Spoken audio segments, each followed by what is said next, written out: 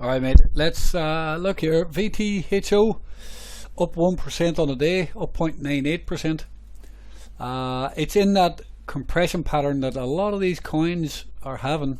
Now this looks good. A lot of these have been, getting that pop to the upside. As I always say here, there's no crazy danger unless price starts to drop below the white 100 moving average. So as long as price is above this white 100 moving average, you're probably fine to be buying this. The problem is, maybe it could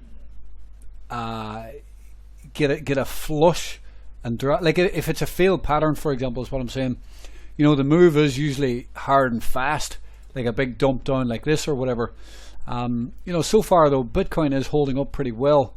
I'm just looking up on my other screen. I mean, it's down 1% today, and that's kind of making the market more subdued. It looks like Bitcoin could probably go down lower. The ETF, there is a gap, quite a large gap actually. I'm on my other screen here. It's a 2.5% gap on Bitcoin. So Bitcoin could drop lower, and it's kind of suppressing the market today, especially after a big day yesterday.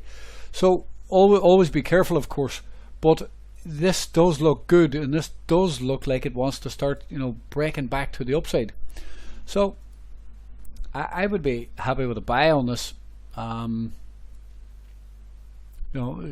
can use that 3-day as your stop down here, and this is another reason why it's not popped yet. You got this rejection candle, but what I will say is, if this 3-day candle finishes up here like this, well then this can then probably run on and go a lot higher and actually start to BART back up.